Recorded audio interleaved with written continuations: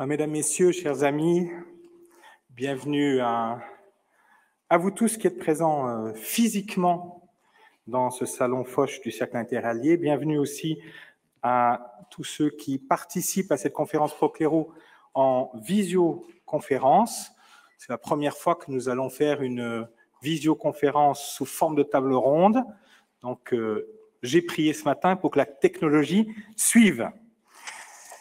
Alors, au nom du groupe MESCAR et de la SICAV Procléro, je suis heureux de vous accueillir et de vous retrouver après un été que j'espère a été reposant, ressourçant, plein de joie familiale et amicale. Avant d'introduire nos intervenants de ce jour, j'aimerais vous donner quelques nouvelles au sujet de la communauté Saint-Martin, puisque Procléro est une SICAV de partage au profit de la formation des séminaristes de la communauté Saint-Martin, et que nous avons vécu quelques événements, en particulier à la fin juin, qui est toujours une période où il y a les ordinations. On a eu la joie de vivre cette année 2 magnifiques journées d'ordination à la basilique d'Évron en Mayenne. Le 24 juin, où on a pu ordonner 8 diacres, et le 25 juin, le lendemain, 15 prêtres ont été ordonnés. Et nous venons de vivre la rentrée de la maison de formation. On a été très heureux d'accueillir cette année 24 nouveaux séminaristes en propédeutique. Voilà. Donc cette année, pour vous qui aimez les chiffres, il y a 103 séminaristes à Évron en formation, plus 23 en stage, qui fait 126 séminaristes. Alors, merci à tous ceux qui contribuent à leur formation, soit en ayant souscrit au fonds Procléro, soit par d'autres moyens. J'en viens maintenant au sujet qui nous intéresse ce matin. Et d'abord, je vous signale 2 événements qui précèdent cette matinée. Le premier événement, c'est le 12 juillet dernier. Nous avons eu la joie, et plusieurs d'entre vous étaient avec nous, nous avons la joie de vivre la première journée de la finance intégrale à Paris, dans le 9e arrondissement. Une belle journée qui a rassemblé à peu près 200 personnes de 14h30 à 20h30, où on a eu des belles tables rondes très riches, très intéressantes, avec des interventions de qualité. Et je pense que les participants ont trouvé leur compte dans cette journée. Nous avons l'intention de continuer et d'en prévoir une autre pour 2023. Ce jour-là, nous avons aussi profité de présenter l'ouvrage collectif que nous avons publié et que je tiens dans ma main, qui s'appelle « La vocation de l'investisseur à la lumière de la doctrine sociale de l'Église », donc qui est paru aux éditions Salvator le 12 juillet, l'occasion de le présenter à cette journée de la finance intégrale. Donc, cet ouvrage est le fruit d'un travail de formation qui a duré plusieurs années, de réflexion et de rédaction d'un groupe de professionnels de la finance qui s'appelle Ora et Labora, et cet ouvrage collectif a été dirigé par don Jean-Rémy Lanavert qui est là, et moi-même pendant ces années. Et j'ai voulu donner l'occasion à 3 rédacteurs, contributeurs de ce livre, leur donner l'occasion de prendre la parole pour vous présenter ce matin un des messages forts de cet ouvrage qui tourne autour du concept d'investissement intégral. Qu'est-ce que c'est que cette réalité?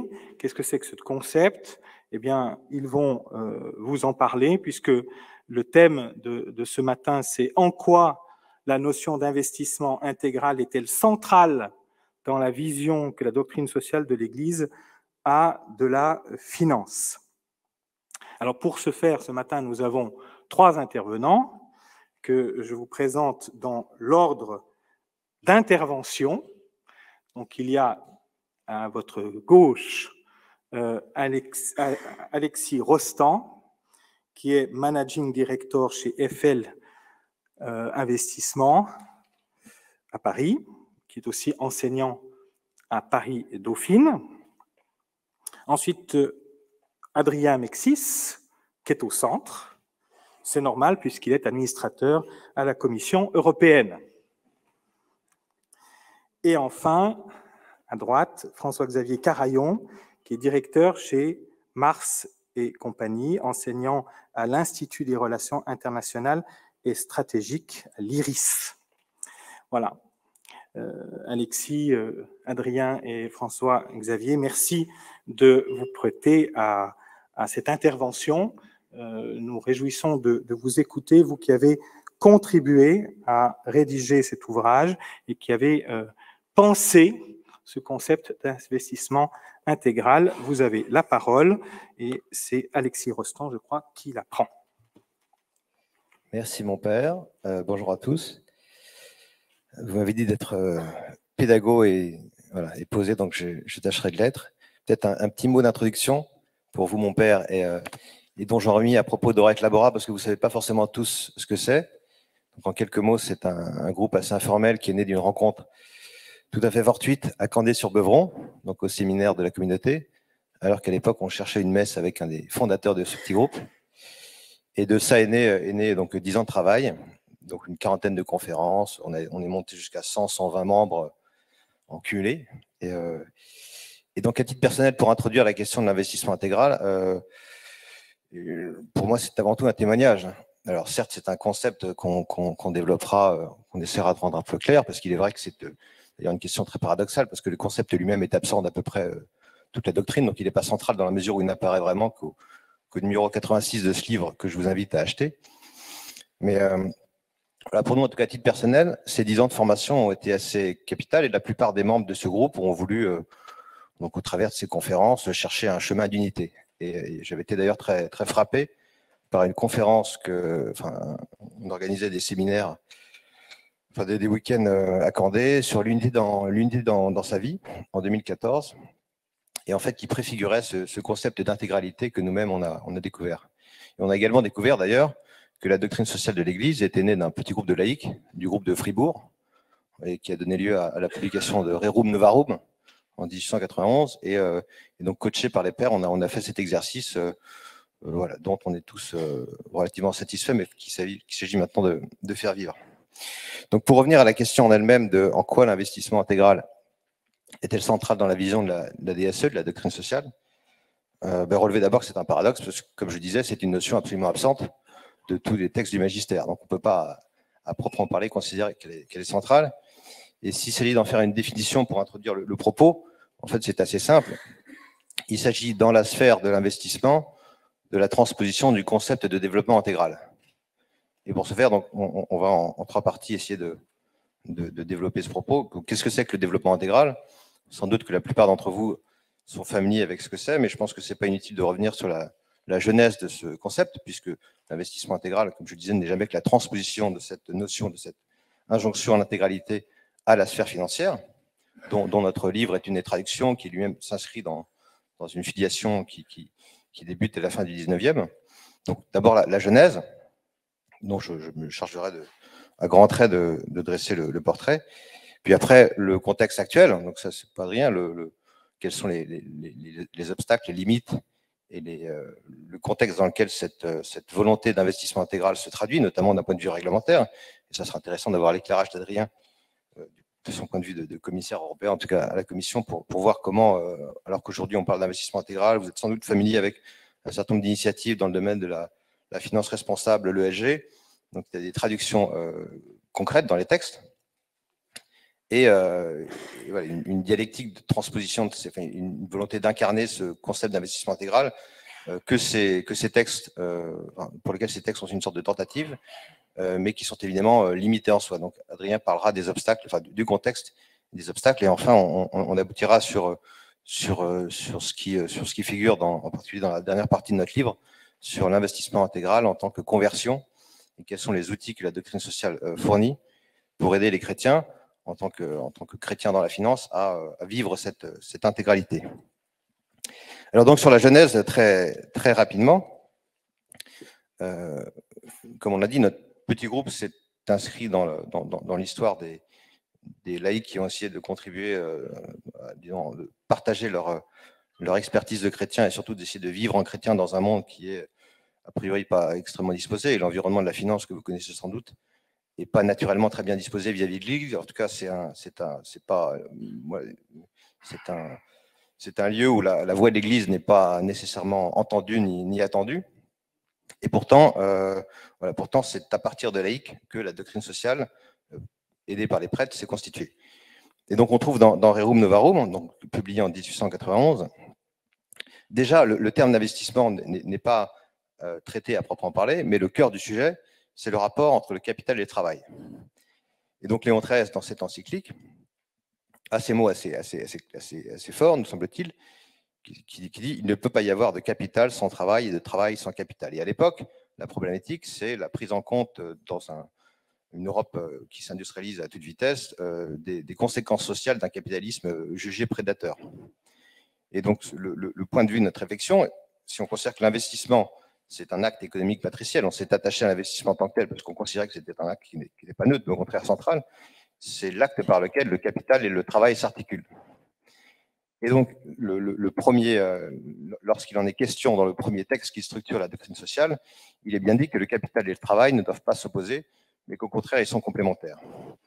Et complété par la suite par d'ailleurs Jean-Paul II en 87 dans une autre encyclique, sur le fait qu'il faut avoir en tête qu'il y a une prééminence de la personne sur, la personne doit être au cœur de tout, et donc le travail, la somme du travail produit par la personne, précède le capital. Il a ces mots, il parle de cause efficiente première pour les aristotéliciens, qui est le capital sur le travail. Donc, en deux mots, l'investissement en tant que tel, l'investissement intégral, n'est pas présent formellement dans la première encyclique qui est Rerum Novarum, et cependant, au cœur de ce propos, il y a cette relation capital-travail qu'on a essayé de développer dans ce texte, où il est rappelé que donc ils sont tous les deux complémentaires, et qu'il est risqué, voire il est dangereux, voire disons hérétique, de les opposer, comme à l'époque, une vision historique marxiste consiste à le faire.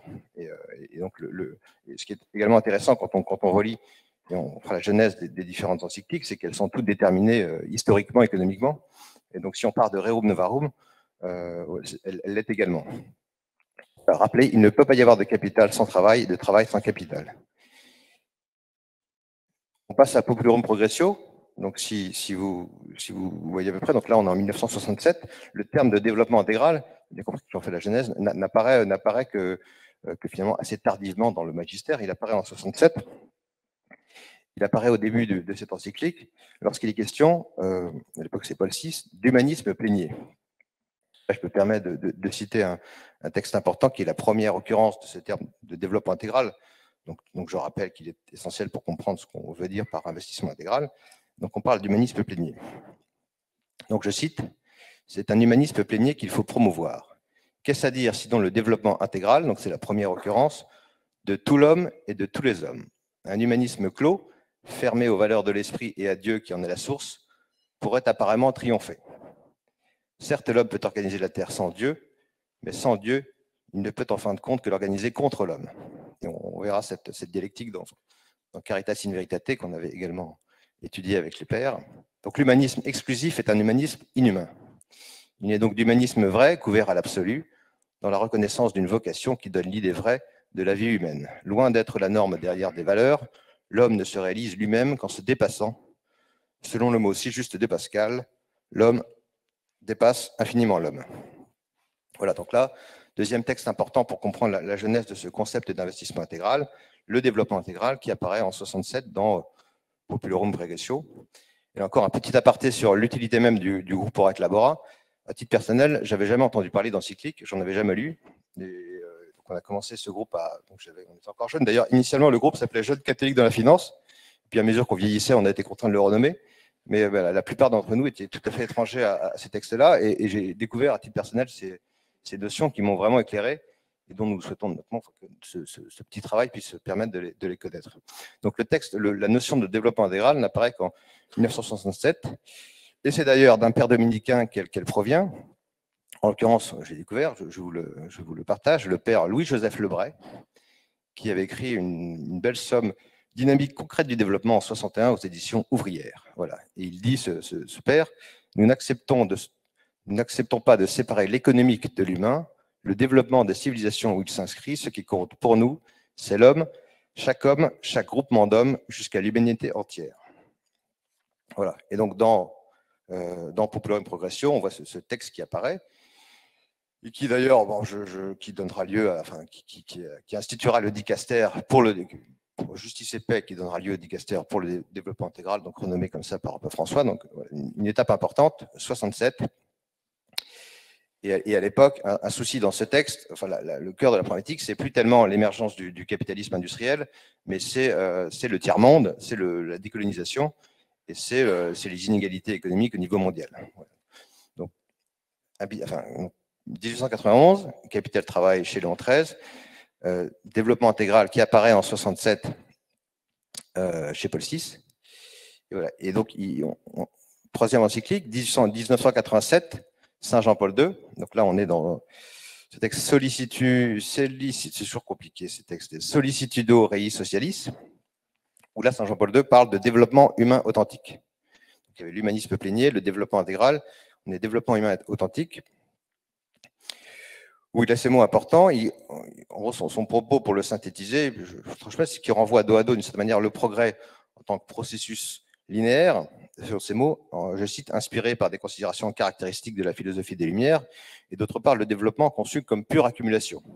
Donc, le développement intégral et donc l'investissement intégral dans son prolongement se veut une sorte d'entre-deux, entre d'une part, le progrès en tant que progrès, d'une certaine manière l'idéologie du progressisme, le processus linéaire, et d'autre part l'accumulation de biens et services considérés comme une fin en soi. Et en rappelant, pour justifier le ressort principal du développement humain authentique, le primat de l'être sur l'avoir. Donc c'est une notion assez importante qui après sera reprise, notamment dans Laudato Si, dans Caritas in Veritate, c'est la réalité transcendante de l'être humain. Donc l'être sur l'avoir. Voilà, il a également une phrase importante, et là encore, on voit que c'est, comment dire, caractérisé d'un point de vue, disons, du contexte historique. Un développement qui n'est pas seulement économique se mesure et s'oriente selon cette réalité, cette vocation de l'homme envisagée dans sa totalité, c'est-à-dire selon un paramètre intérieur qui lui est propre. Voilà. Donc là, 1987, Saint Jean-Paul II, donc troisième pape dans cette notion de développement qui alimente notre réflexion. Puis on en arrive à 2009, qui est Caritas in Veritate. Alors là, c'est un texte qu'on avait étudié assez tôt chez Horace Labora, que, pareil, pour les mêmes raisons, moi, je n'avais jamais découvert, et qui m'avait qui m'a toujours pas mal marqué. Donc j'invite l'auditoire à en faire la lecture. Et il y a dans Caritas in Veritate, donc Benoît XVI, une notion, il fait une exégèse, en l'occurrence de ses prédécesseurs, en rappelant à propos de l'interrogation sur le sens de la croissance, donc être davantage, donc qu'est-ce que l'être par rapport à l'avoir, je cite, la vérité du développement réside dans son intégralité. Donc cette phrase sera reprise par François, mais c'est important, ça revient à dire qu'il n'y a de développement que véritablement intégral. Autrement dit, un développement qui n'est que partiel, parcellaire, fragmentaire, barbare, on dirait, n'est pas un vrai développement. S'il n'est pas tout l'homme et de tout l'homme, le développement n'est pas un vrai développement. Donc ça, nous semble-t-il important pour le comprendre. Et Benoît XVI, par rapport à ses prédécesseurs, en particulier Paul VI, a des développements assez intéressants sur le fait, encore recontextualisé historiquement, économiquement, que le développement économique a beaucoup changé depuis les années 60. Il s'est considérablement complexifié. Et là où la principale préoccupation du Vatican à l'époque était, disons, d'apporter une réponse au sous-développement économique, aujourd'hui, on n'en est plus tout à fait là. D'abord parce qu'il y a eu un certain rattrapage des économies, mais surtout, il y a ce qu'il appelle un sous-développement spirituel, moral, qui a gagné, disons, l'environnement contemporain, en particulier en Occident. Il y a des mots assez durs sur le fait que sans force morale et spirituelle, il est impossible d'atteindre le développement intégral. Et le sous-développement moral, et pour lui, s'apparente à cette recherche exclusive de l'avoir, on retrouve l'avoir, qui fait obstacle à la croissance de l'être et s'oppose à sa véritable grandeur. Voilà. Donc là, on est en 2009, et puis il y a également des passages assez beaux sur l'économie du don, qui doit être, sur lequel je pense qu'il y avait des conférences déjà qui s'étaient données, qui doit être partie prenante, qui doit être intégrée à l'économie pour permettre justement ce développement intégral de l'homme. On en arrive à 2018, donc là, j'ai fait 4 prêtres, et un texte que vous avez, alors, là, dont le titre est encore plus imprononçable que les autres, ce qui a sans doute dû contribuer à sa postérité, disons comment, sa méconnaissance, qui est OPQ, donc Economicae Pecuniae Quaestiones, qui là spécifiquement traite du sujet économique. Et comme l'a dit Don Pascal André, l'investissement en tant que tel n'a pas vraiment fait l'objet de travaux de doctrine considérables. Il est encore à produire, à enrichir sur la base de ces textes et de l'enseignement du magistère et du compendium. Mais là, pour la première fois, en quelque sorte, on a vraiment un texte du dicaster qui traite de ces questions de manière beaucoup plus circonstanciée. Et donc là encore, il s'inspire des enseignements qui l'ont précédé à propos du développement intégral. Et donc, il ne parle pas d'investissement intégral encore en tant que tel, mais il apporte un certain nombre d'éclairages, d'enseignements sur les phénomènes économiques. Et dès les premiers paragraphes, d'ailleurs, il rappelle l'exigence d'intégralité et ce qu'il appelle, je le cite, la nécessaire alliance entre le savoir technique et la sagesse humaine, qui est la condition du progrès sur la voie du bien-être intégral.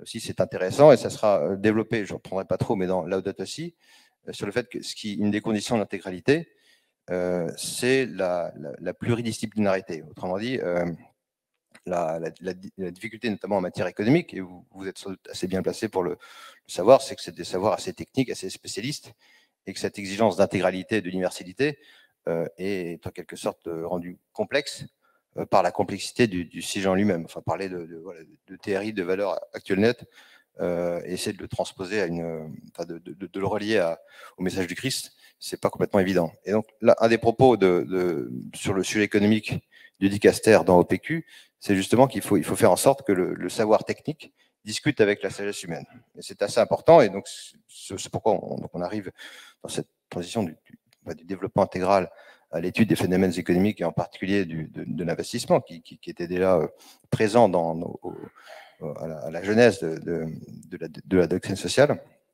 Mais ça suppose évidemment de faire dialoguer des savoirs qui naturellement ne se parlent pas forcément.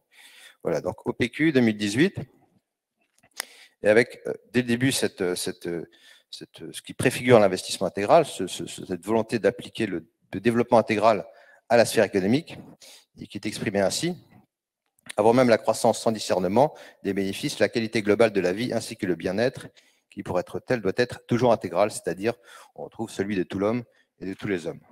Donc le profit, on parle de profit et d'investissement, n'est légitime que lorsque fait défaut, n'est pas légitime, lorsque fait défaut la vision de la promotion intégrale de la personne humaine et la destination universelle des biens, voilà, et l'option préférentielle des profs, qui sont 3 concepts assez clés dans la doctrine sociale. Donc, encore petite jeunesse, donc 2018, somme toute assez récemment, est introduit ce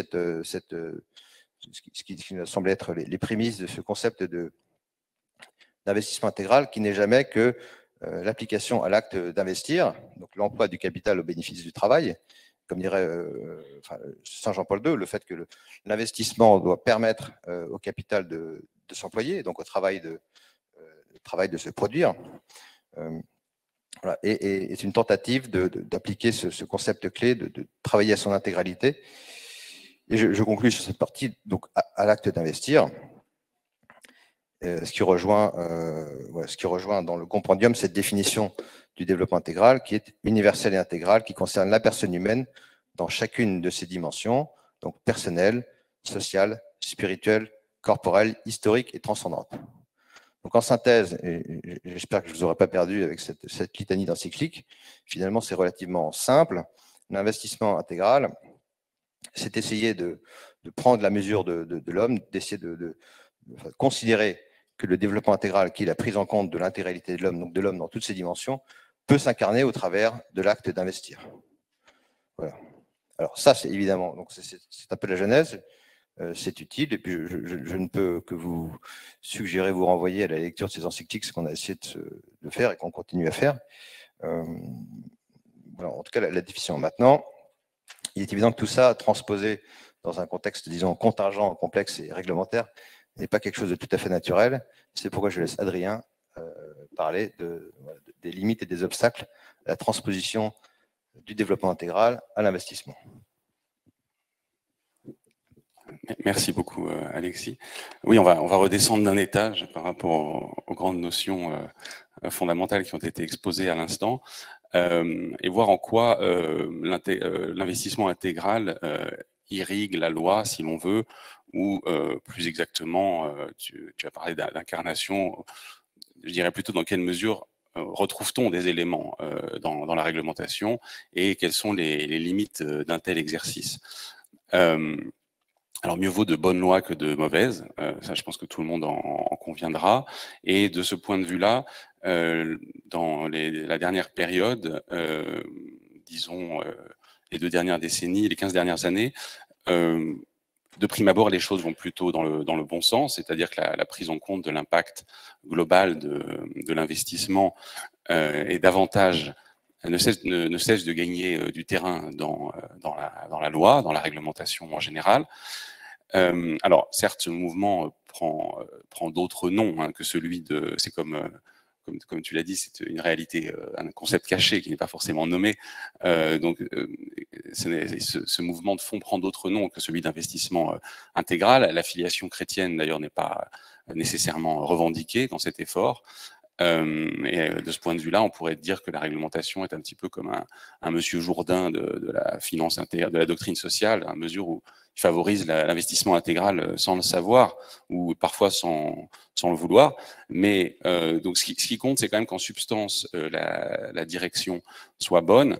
Et évidemment, une grande date de prise de conscience salutaire remonte à la crise, disons, de 2008. Où l'orientation de la réglementation et des gestionnaires vers le long terme du fait de la réglementation a connu un réel mouvement.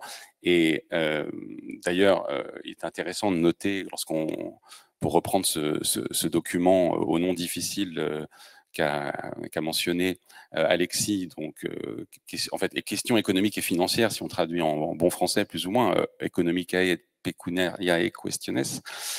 Si on le lit, il y a un certain nombre de recommandations, disons de principes, dont les analogies frappent lorsqu'on s'est mêlé de réglementation financière. Je passe très rapidement certains grands thèmes en revue. Au point 13, je ne vais pas nommer à chaque fois les points, mais disons, on part de l'incapacité des marchés financiers à s'autoréguler. Donc, quand on a travaillé dans la réglementation, c'est évidemment le fondement général de la réglementation financière face à tous les apôtres du laisser-faire complet. Donc, l'incapacité des marchés à s'autofinancer. Alors, une chose qui fait forcément plaisir à l'Union européenne, c'est l'urgence d'une coordination supranationale. Donc, ça, c'est dans OPQ. Donc, voilà. La dénonciation de l'abus d'ignorance ou de faiblesse dans la commercialisation des produits financiers. Donc là, on pourrait faire toute une litanie de règles au niveau européen, notamment après 2008, mais également avant, sur les règles de protection du consommateur, tout simplement. Fournir l'information la plus complète possible sur l'adéquation du coût au risque encouru, la nocivité des négociations de court terme, l'exigence d'intermédiaires qualifiés et fiables. Donc ça, par exemple, dans ce qu'on appelle CRD, les exigences professionnelles, également les exigences quant à la structure de rémunération qui oriente vers le long terme. Tout ça est tout à fait présent. Le défaut d'impartialité, donc là également, le fait de tout un mouvement dans l'assurance, dans la finance, qui a visé à donner plus de substance à un label d'indépendant dans la distribution des fonds. Il y a même des choses assez précises. Dans OPQ, par exemple, provoquer une baisse artificielle du prix des titres de la dette publique. Donc là, ça rappelle évidemment le règlement sur les ventes à découvert, les CDS souverains, l'homologation de tous les produits, le risque de capture réglementaire. Donc ça, c'est le risque aussi qu'il y a vis-à-vis entre les banques et l'État et le too big to fail, par exemple, etc. etc. Également des pénalités supérieures aux gains retirés du délit. Donc éviter ce qu'on appelle la faute lucrative. Donc là aussi, dans les règlements des directives abus de marché, on a pu s'en soucier, des amendes personnelles, des fonds propres adéquats, donc évidemment. Voilà, donc tout ça, ce sont des orientations qu'on lit dans ce texte dans ce texte du magistère, enfin du Vatican, et disons que on voit tout de suite que, Dieu merci, peut-on dire, la réglementation n'est pas du tout étrangère à cela. Et on peut citer également une vague plus récente que celle de post-crise financière. Notamment en France, on a eu la loi Pacte sur l'entreprise à mission, qui a introduit la société à mission, hein, qui permet à une entreprise de déclarer sa raison d'être à travers plusieurs objectifs sociaux et environnementaux qu'elle se donne pour mission, de poursuivre dans le cadre de son activité. Alors, c'est magnifique. Évidemment, c'est allé ensuite avec un décret sur la vérification par un organisme tiers indépendant de cette vertueuse proclamation et de l'exécution par la société de ces objectifs. Donc, c'est encore un exemple. Pour ce qui est de la prise en compte générale sur l'environnement, qui est évidemment un point majeur de l'homme comme tenant compte de la création, on pourrait y rattacher la taxonomie européenne qui vise à délimiter qu'est-ce qui est un investissement vert. Alors, je ne m'étends pas sur tout ça, mais cependant, donc cette action réglementaire, on le perçoit déjà, connaît certaines limites du point de vue de la doctrine sociale de l'Église. Donc, d'une part, les règles elles-mêmes ne sont pas neutres. Hein. On est très souvent dans le débat public, on voudrait croire qu'on essaie de tendre vers un optimum neutre, mais aucune règle n'est véritablement neutre. Elle est sous-tendue toujours par une vision du monde. Et par exemple, on a vu je viens de citer la taxonomie sur l'investissement vert.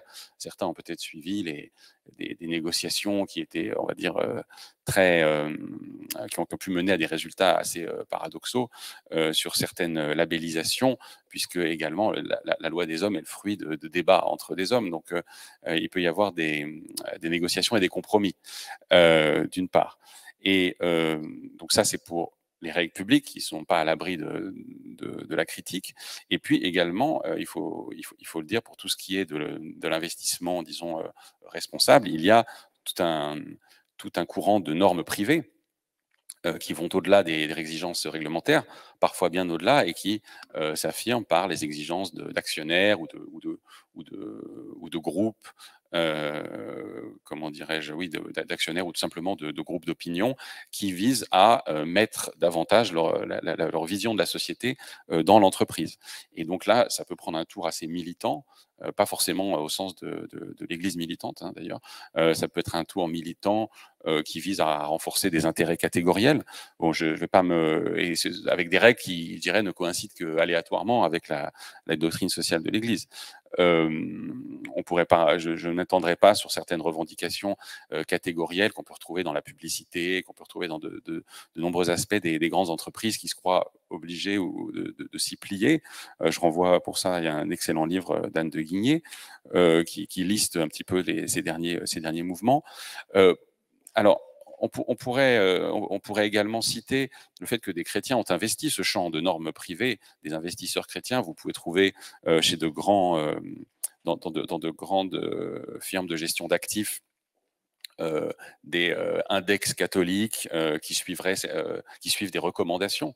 Hein, donc, je peux renvoyer par exemple aux lignes directrices de l'épiscopat américain de novembre 2021, donc c'est quand même très récent, qui lui fait des listes également de certains principes, mais peut-être que donc c'est une logique un petit peu spécifique, et peut-être que François-Xavier touchera un mot. C'est une logique notamment un petit peu d'exclusion, mais je m'étends pas là-dessus, mais pour dire que voilà, dans les règles privées, on peut trouver un peu de tout, donc ça fait, on peut pas forcément trouver l'ensemble de ce que l'on désire dans cette réglementation. Et puis, donc ça c'est l'aspect substantiel qui est assez variés, dirons-nous. Et puis, il y a évidemment le risque d'en rester à un certain formalisme, quel que soit le corpus auquel on se rattache, un certain formalisme de la loi, de la règle, une sorte de pharisaïsme, si vous voulez, financier, qui consisterait à précisément, c'est ce que comment dirais-je, c'est ce qui est cité dans certains textes, d'ailleurs, du magistère, alors je ne sais plus lequel celui-là, mais j'avais noté hier, un respect purement formel des limites fixées par les lois en vigueur. Il en résulte fréquemment des situations qui échappent de fait au contrôle réglementaire, c'est-à-dire des actions tendant à contourner les principes en vigueur, mais avec le souci de ne pas contredire frontalement les règles qui les expriment. Je crois que c'est au PQ, mais je ne suis plus très sûr. Donc, il y a cette possibilité de formalisme et donc de contournement astucieux, de cochage de cases, si vous voulez. Il y a également donc qui se sont, enfin, chose qui s'est incarnée dans des scandales ou d'autres découvertes qui n'ont peut-être pas fait les grandes lignes, mais régulièrement, des entreprises très bien notées révèlent les limites en réalité de cette notation. Alors, ça peut tenir donc à la facilité du contournement. Ça peut également tenir au fait que comme Alexis l'a dit, une réelle notation, même dans le concept, je dirais, réglementaire de l'ESG, suppose une interdisciplinarité et une masse de données qui sont assez compliquées à embrasser. Déjà, ce sont plusieurs, comment dirais-je, il y a plusieurs choses. Il y a l'environnement, il y a le social, avec des pondérations qui peuvent être arbitraires suivant les notateurs, par exemple. Et donc, on a des données lacunaires, parfois non pertinentes pour le but poursuivi. Et puis, ces processus dans lesquels aujourd'hui il y a un foisonnement de notation, de labellisation, qui peuvent avoir justement, par la mixité de leur objet, mettre une note comme ça, en ayant mêlé des choux et des carottes, des pondérations qui sont pas forcément, comment dirais-je, qui peuvent tenir de l'arbitraire, et puis également un manque d'indépendance, suivant les modèles qui sont ceux des notateurs ou des labellisateurs, qui sont parfois payés par les entreprises qu'ils notent. Enfin, il y a tout un tas d'incitations et de questions de conflits d'intérêts qui peuvent se faire jour. Alors, tout dernièrement, les pouvoirs publics sont conscients de cela. Je parle notamment de ce que je connais le mieux au niveau européen. Par exemple, il vient d'y avoir un accord cet été sur une nouvelle directive sur le reporting soutenabilité des entreprises, si j'avais le terme anglais. Et donc, le rapporteur du texte, par exemple, avait indiqué que désormais, il sera tout aussi important d'avoir un bilan irréprochable en matière de droits de l'homme que d'avoir un bilan comptable irréprochable. Bon, ça, c'est la philosophie du texte qui va remplacer, amender la directive sur le reporting non financier.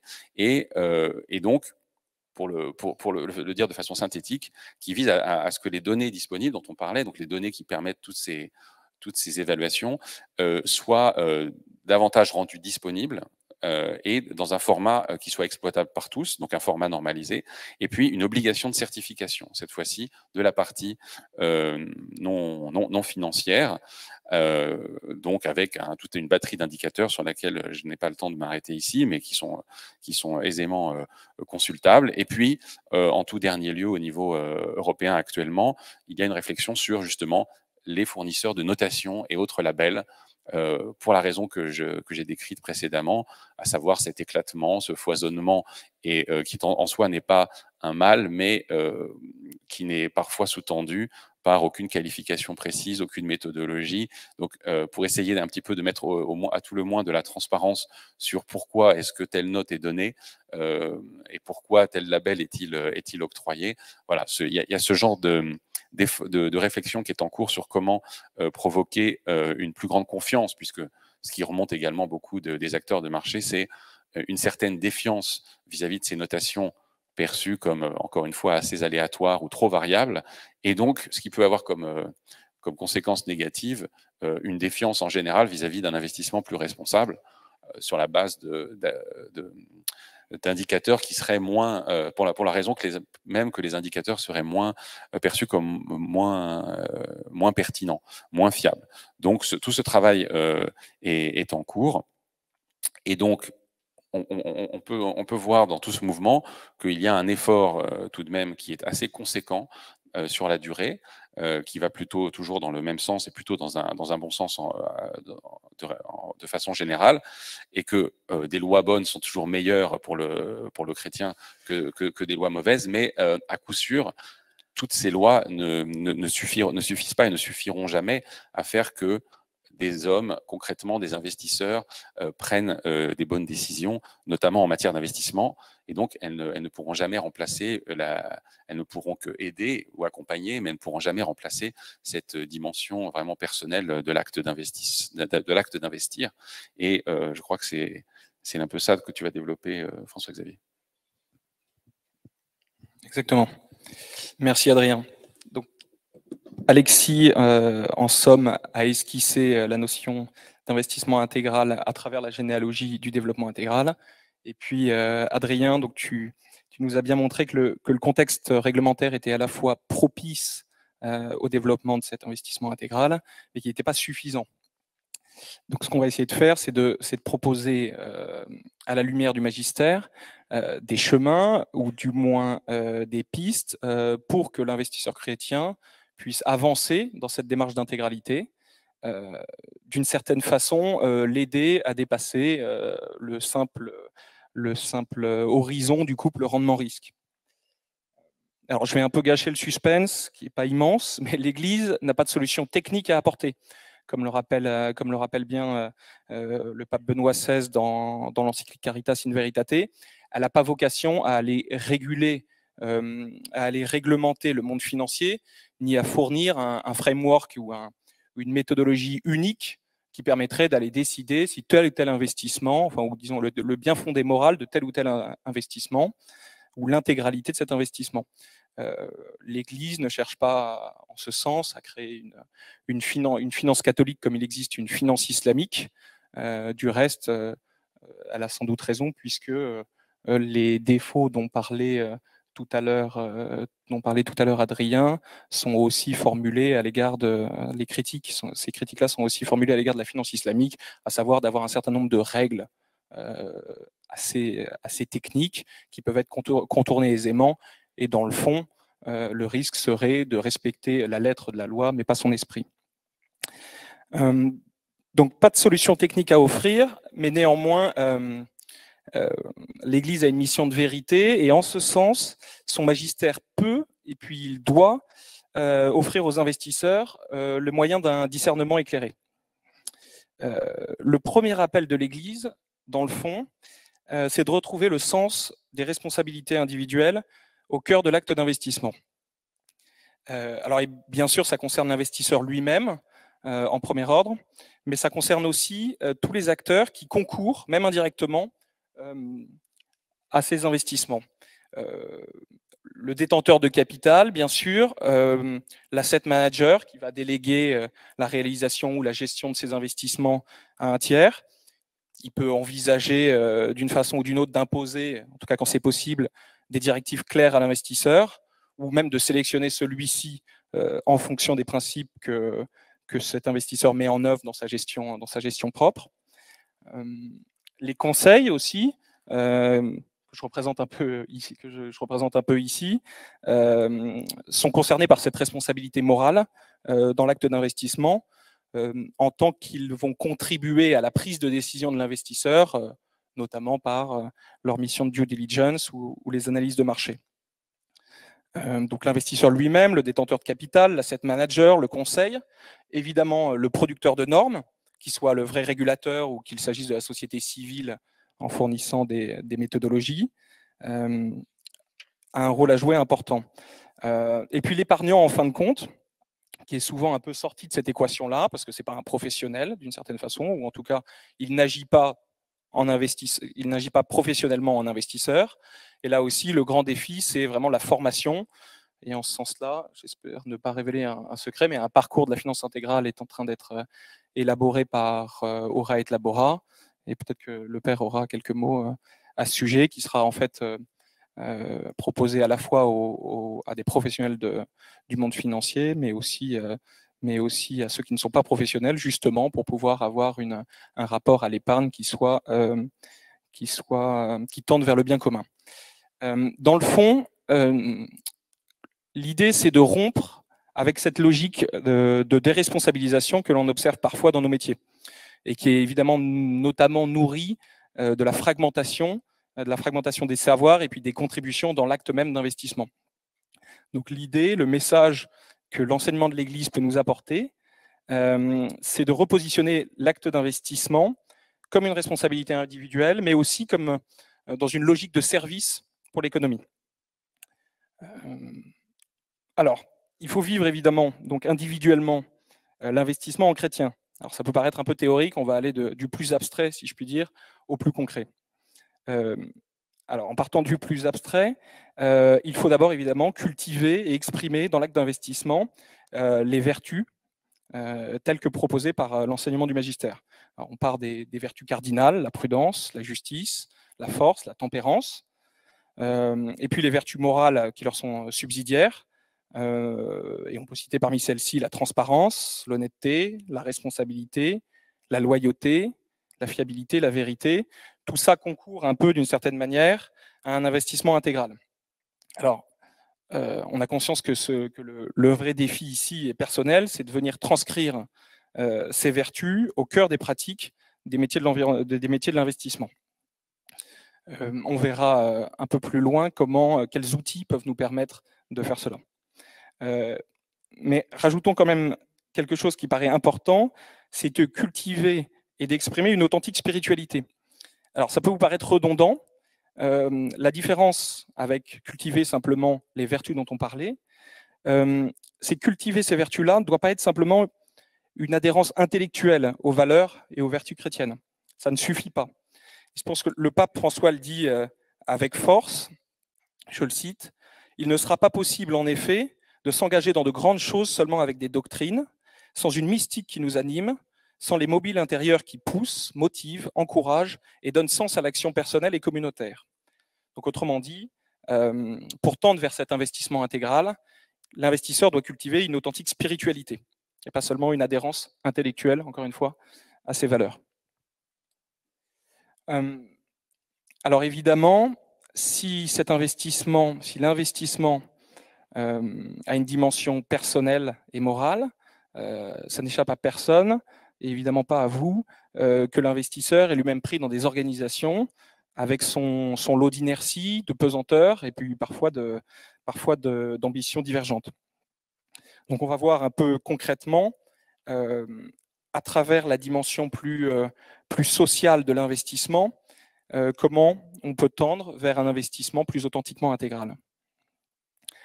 Alors l'idée au cœur de cette dimension sociale de l'investissement, le grand défi, c'est de retrouver la finalité réelle de celui-ci. Et pour cela, il s'agit d'abord d'évaluer les externalités positives et négatives. C'est la mission de l'investisseur chrétien d'aller, d'une certaine façon, intégrer dans son calcul l'ensemble de ces externalités positives et négatives qui échappent par définition au calcul de la valeur. Ce point-là est très important. Et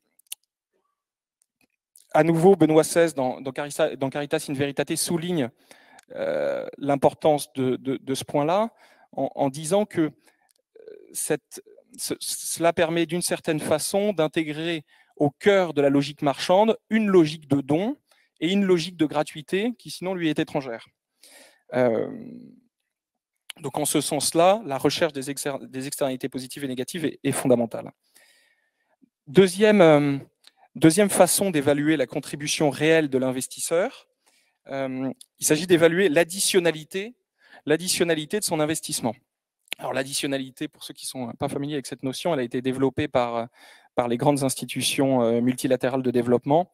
Et c'était une manière de s'assurer que les interventions d'acteurs publics n'entraînaient pas de distorsion, dis-moi si je dis des bêtises, Adrien, de distorsion sur le marché privé, et que d'une certaine façon, on mesure l'additionnalité ou l'absence d'additionnalité d'un investissement dans le fait que lorsqu'un investissement est réalisé, il vient combler un manque réel. Alors les acteurs du capital investissement ici savent bien que c'est pas toujours très simple d'aller réaliser un investissement qui apporte vraiment cette additionnalité. C'est un critère qui est exigeant, qui est difficilement objectivable, mais qui reste fondamental. Alors, dans ce travail justement de l'évaluation de la finalité réelle de l'investissement, la DSE, la doctrine sociale de l'Église, offre quand même des guides puissants. Donc, elle nous dit notamment, elle nous rappelle l'impérieuse nécessité de protéger notre maison commune. En cela, elle est, comme le disait Adrien, j'allais dire dans l'air du temps, même si elle l'a précédé. Elle nous rappelle aussi le respect de la personne et de la dignité humaine, et je développerai ce point plus avant. Et ici, elle marque une réelle singularité par rapport aux logiques laïques. Elle nous rappelle aussi à notre recherche collective de solidarité et de subsidiarité. Mais, comme l'a dit Adrien, à la différence de l'ESG, ça reste vraiment une affaire de discernement individuel. En ce sens, l'Église vient compléter et dépasser la logique laïque technique. Il ne s'agit pas simplement de cocher un certain nombre de cases, il s'agit de répondre à des principes éthiques, profonds et par nature subjectifs. Parce qu'en fait, en matière d'investissement, comme dans toute matière morale, tout ne se mesure pas et tout ne se pèse pas. Ceci dit, des outils peuvent nous permettre quand même de nous rapprocher de l'idéal d'un investissement intégral. Alors, il y a quelques méthodologies bien connues des investisseurs qui peuvent être employées à ce service-là. Je vais commencer avec la stratégie du screening négatif, qui est sans doute la plus simple parce qu'elle est la plus mécanique. Donc pour ceux qui n'en sont pas familiers, c'est une méthodologie dans laquelle des cibles d'investissement sont exclus de l'univers d'investissement au titre d'une activité qui est jugée moralement répréhensible, souvent sur des bases d'appartenance sectorielle. Donc en clair, dans l'investissement socialement responsable, dans une démarche laïque, les industries, par exemple, les plus polluantes pourront être exclues de l'univers d'investissement. L'Église ici peut avoir ou l'enseignement de l'Église peut avoir une contribution importante. Si je reprends par exemple la contribution de la doctrine sociale de l'Église en matière de dignité de la personne humaine, des entreprises qui auraient des activités liées à l'avortement et à la stérilisation, à la recherche sur les cellules souches embryonnaires, pourraient être par exemple exclues de l'univers d'investissement. Et si on voulait aller plus loin, c'est par exemple un point qui avait été discuté dans des travaux internes du Saint-Siège récemment qui n'ont pas été publiés à ce stade. On pourrait imaginer que des obligations souveraines émises par des États qui appliquent la peine de mort soient exclues de l'univers d'investissement à ce titre-là, c'est-à-dire du non-respect de la dignité de la personne humaine. Au-delà de cet exemple-là, on peut imaginer, parce qu'on peut avoir la perception que ce qui sera exclu de l'univers d'investissement est assez restreint. Mais il peut se décliner, il y a un vrai exercice à mener, et on y viendra en conclusion, il y a un vrai exercice à mener et à poursuivre pour aller déterminer d'une certaine façon, un peu au cas par cas, les sous-jacents ou les critères les plus pertinents d'exclusion pour pouvoir avancer vers le bien commun.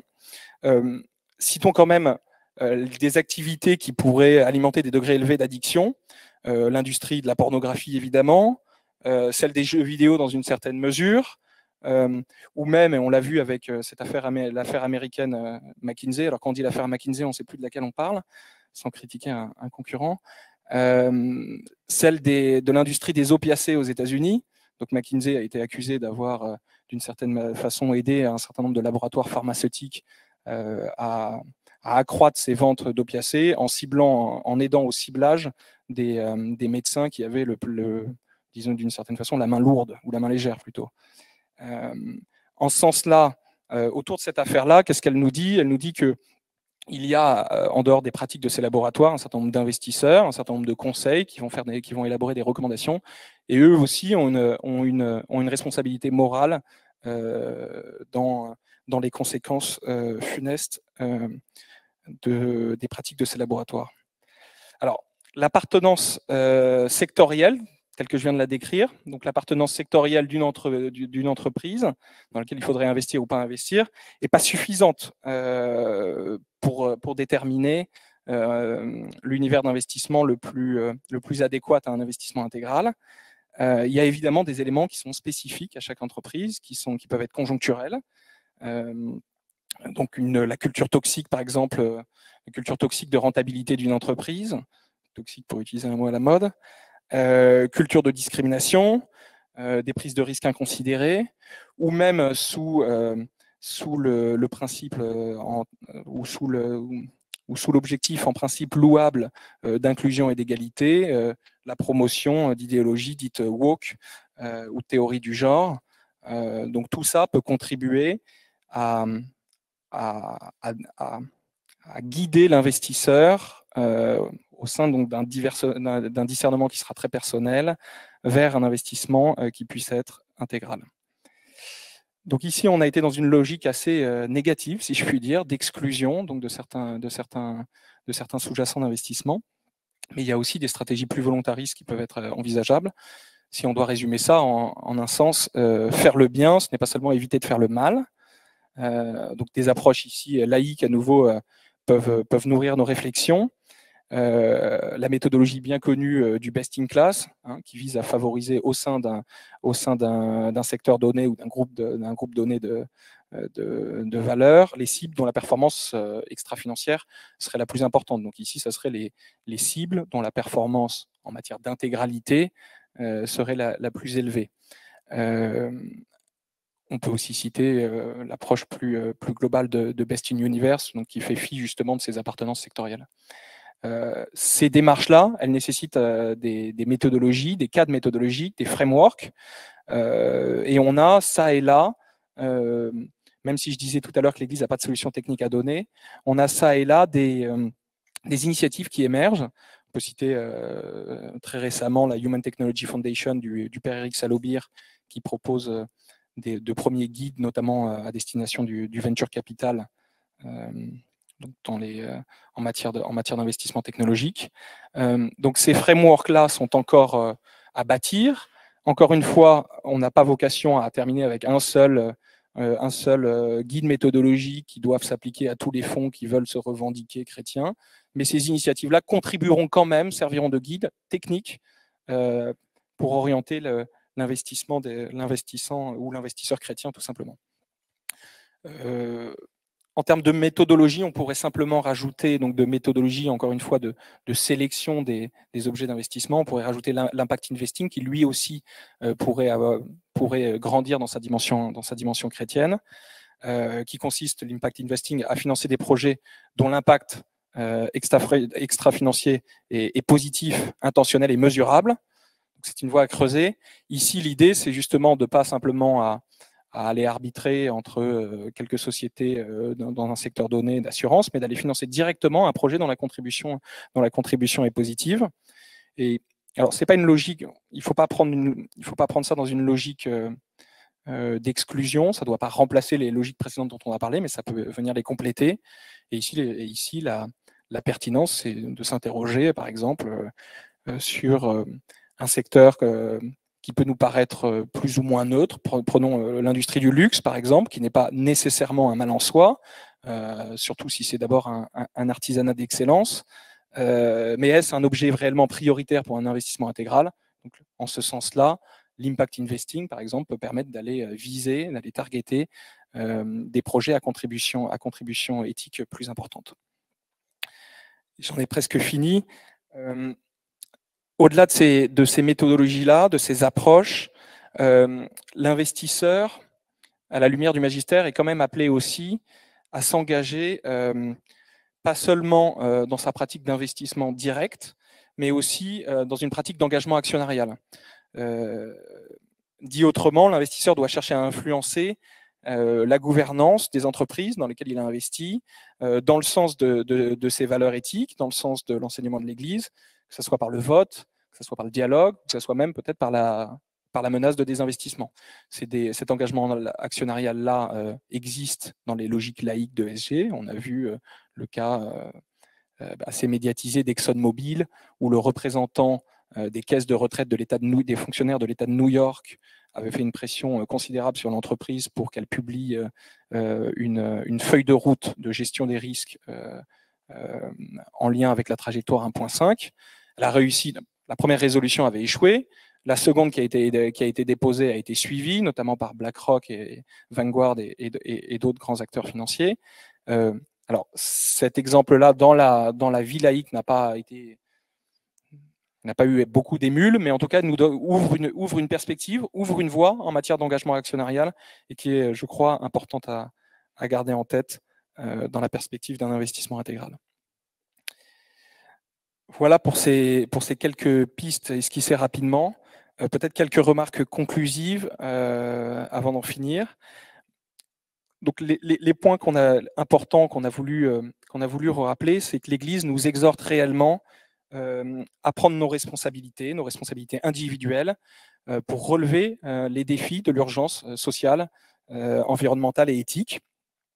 Donc tâchons d'une certaine manière, même si vous n'avez pas besoin de nos conseils en la matière, mais individuellement et collectivement, de mettre au cœur de nos vies professionnelles ce devoir-là, et c'est bien là qu'on doit se faire aussi les collaborateurs du Christ.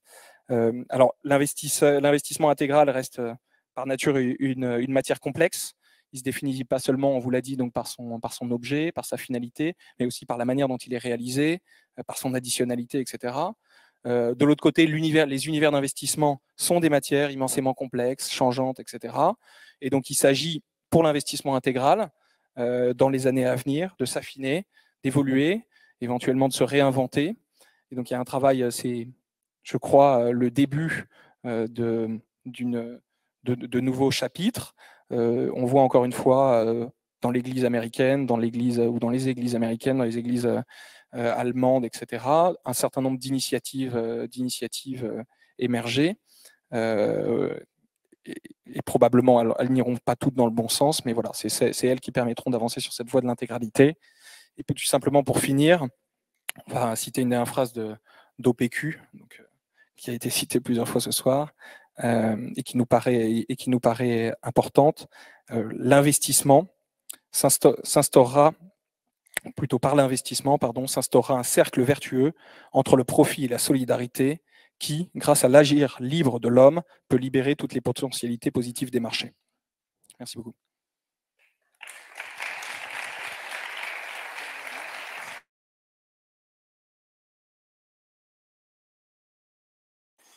Merci infiniment à tous les trois, Alexis Rostand, Adrien Mexis et François-Xavier Carayon.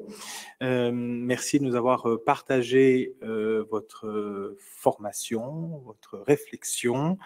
Je crois beaucoup dans cette dynamique qu'a menée Ora et Labora depuis quelques années, de se former à la doctrine sociale de l'Église, d'écrire, en l'occurrence, à travers la publication de ce livre, La vocation de l'investisseur à la lumière de la doctrine sociale de l'Église, la parole, se former, écrire, parler, comme vous venez de le faire là, ce matin, et tout ça pour vivre, c'est-à-dire pour mener son activité professionnelle, donc pour faire ce que vous avez à faire tous dans le monde de la finance. Donc investir, c'est un terme qui englobe un certain nombre d'activités, ce n'est pas les seules activités de la finance, mais enfin c'est une grosse part de cette activité, l'investissement. Donc dans la réalité, investir, mieux investir, et je ne parle pas seulement de mieux investir pour avoir plus de profit, mais mieux investir au sens moral, éthique du terme.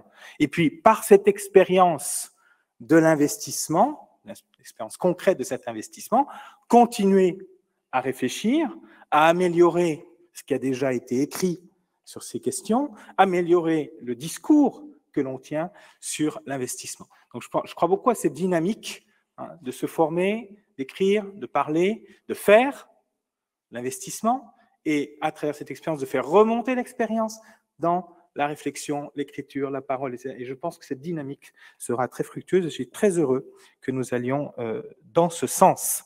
Donc, merci, messieurs, pour votre contribution. Donc, je vous encourage évidemment à lire ce livre. Moi, je pense que, vous voyez, par exemple, un point précis que je souligne. Adrien, tu as parlé de l'exigence européenne maintenant d'avoir un bilan irréprochable sur les droits de l'homme, en plus du bilan irréprochable comptable. Il y a une vraie question qui se pose, c'est qu'est-ce que c'est que ces droits de l'homme? Qu'est-ce qu'on met dessous? Je vous renvoie au cahier Pro Persona, séquence anthropologie numéro 6 et 7, qui aborde cette question, parce qu'évidemment, on n'est pas tous d'accord sur les droits de l'homme. Donc, comment la doctrine sociale de l'Église va venir aider à réfléchir sur ce que c'est que ces droits de l'homme qui vont devoir avoir un reporting irréprochable, mais ce sera irréprochable à quelles conditions? Qu'est-ce qu'on va mettre sous ce terme de droits de l'homme? Vous voyez cette réflexion qui nous permet de mieux comprendre quels sont les enjeux, parce qu'évidemment, on est tous pour les droits de l'homme. Il n'y a pas de problème, enfin, en principe. Mais après, qu'est-ce que c'est? Voilà. Donc, ça me permet de vous rappeler que vous avez les cahiers ProPersona qui sont à votre disposition sur le site propersona.fr. Il y en a 65 à votre disposition. Il en sort un par mois, donc n'hésitez pas. Vous avez des séquences, des thématiques, vous pouvez vous en nourrir, c'est facile à lire. Je souligne aussi un autre point, parce qu'on a bien compris que, et Alexis l'a dit, que dans l'investissement, c'est un acte économique, technique, qui demande toute une série de compétences, et puis ça doit être aussi un acte moral.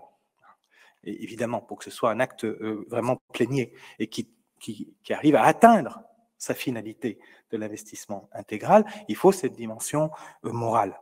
Et il y a quand même un enjeu aujourd'hui où on a, et Alexis a cité ce terme, un sous-développement moral, on a le risque en tout cas du sous-développement moral, surtout dans le contexte d'aujourd'hui, où on a un surdéveloppement technologique. Donc, on risque d'avoir un écart qui se creuse entre ce surdéveloppement technologique et ce sous-développement éthique. Ça a été un des sujets, et c'est pour ça qu'on avait fait le 12 juillet, à l'occasion de ces journées de la finance intégrale, une table ronde sur les critères éthiques d'investissement dans les nouvelles technologies, parce qu'il y a un enjeu majeur là-dessus, c'est le brouillard à peu près total pour beaucoup, sur comment on aborde ces questions d'investissement dans les nouvelles technologies, en sachant que toutes les entreprises sont en train de se technologiser, d'une manière ou d'une autre. Certaines très rapidement, parce que c'est leur secteur, et puis d'autres le font aussi au fur et à mesure. Donc, qu'est-ce qu'on va faire? Comment être armé éthiquement, moralement, pour avoir un discernement sur des investissements dans les nouvelles technologies, et même dans toutes les entreprises qui sont touchées par les nouvelles technologies. Donc, il nous faut absolument qu'on reprenne du terrain sur ce développement moral. Et je pense que maintenant, il faut aller vraiment, franchement, sur un surdéveloppement moral et éthique si on veut arriver à suivre et si on veut vraiment que les investissements soient au service du bien commun et que ce soient des investissements intégraux. Ça va nous demander un incessant discernement, parce que c'est ça quand même le cœur de l'activité de l'investisseur, c'est de discerner à travers toutes sortes de critères, à la fois évidemment techniques et des critères moraux, hein, cet incessant discernement, et qui ne pourra pas se contenter, qui ne peut pas se contenter, ou qui ne peut plus se contenter de critères seulement quantitatifs. Même s'ils sont nécessaires, ces critères quantitatifs, ils ne peuvent pas être suffisants pour aller réellement vers un investissement intégral. Un investissement qui recherche une durabilité, une recherche, un investissement intégral exige des critères qui ne soient pas seulement quantitatifs, mais aussi des critères qualitatifs. Alors, il y a des critères qualitatifs qui sont mesurables, hein, qui peuvent aussi être quantitatifs à la fin, mais il faut avoir ce souci du critère qualitatif, des critères qualitatifs. Voilà, donc je termine là-dessus en vous recommandant de non seulement vous procurer le livre « La vocation de l'investisseur à la lumière de la doctrine sociale de l'Église », mais de le lire, et je dirais même, n'ayez pas peur de le lire, parce que je pense que certains ici l'ont déjà lu, enfin, les retours qu'on m'a fait, facile à lire, donc j'en suis très, très content, donc n'hésitez pas. C'est une lecture qui est peut-être plus facile avec la météo qui incline vers l'hiver plutôt que sur le transat en plein été, je le conçois. Voilà, donc vous trouvez ça chez les éditions Salvator, vous pouvez le commander directement sur le site des éditions Salvator ou dans n'importe quelle librairie. Je vous recommande toujours les cahiers ProPersona, et effectivement, François-Xavier a parlé d'un parcours de formation à la finance intégrale qu'on est en train de monter, si vous connaissez un peu le parcours Zaché, ce sera un peu quelque chose qui va ressembler. Alors, on va tester ce parcours cette année avec une vingtaine, 20-25 personnes qui vont recevoir ce parcours, qui vont le faire, et puis qui vont nous challenger sur le contenu, l'améliorer, etc., pour que en septembre prochain, nous puissions le proposer plus largement à ceux qui le souhaiteraient. C'est évidemment ouvert à tous. Il ne s'agit pas seulement d'être investisseur professionnel, parce qu'on a parlé tout à l'heure de la nécessité de la formation de l'épargnant, du simple épargnant, qui n'est pas un professionnel de l'investissement, mais qui doit quand même assumer sa responsabilité morale de propriétaire de son épargne. Hein. Et je rappelle, cette responsabilité n'est pas délégable.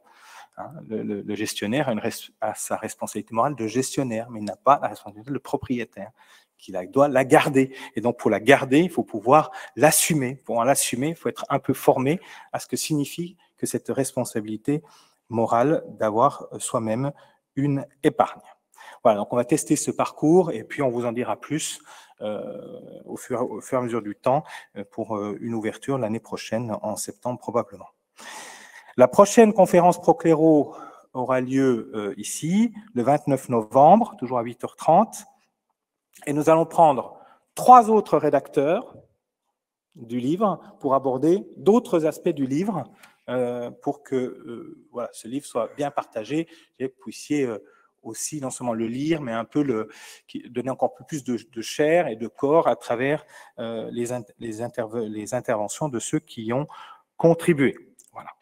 Donc, rendez-vous le 29 novembre. Merci à toutes et à tous. J'espère que ceux qui étaient en visio ont bien pu suivre cette matinée. Je vous souhaite à tous une très belle journée et à la joie de vous retrouver bientôt. Bonne lecture de la vocation de l'investisseur à la lumière de la doctrine sociale de l'Église. Et merci encore à nos intervenants. Merci.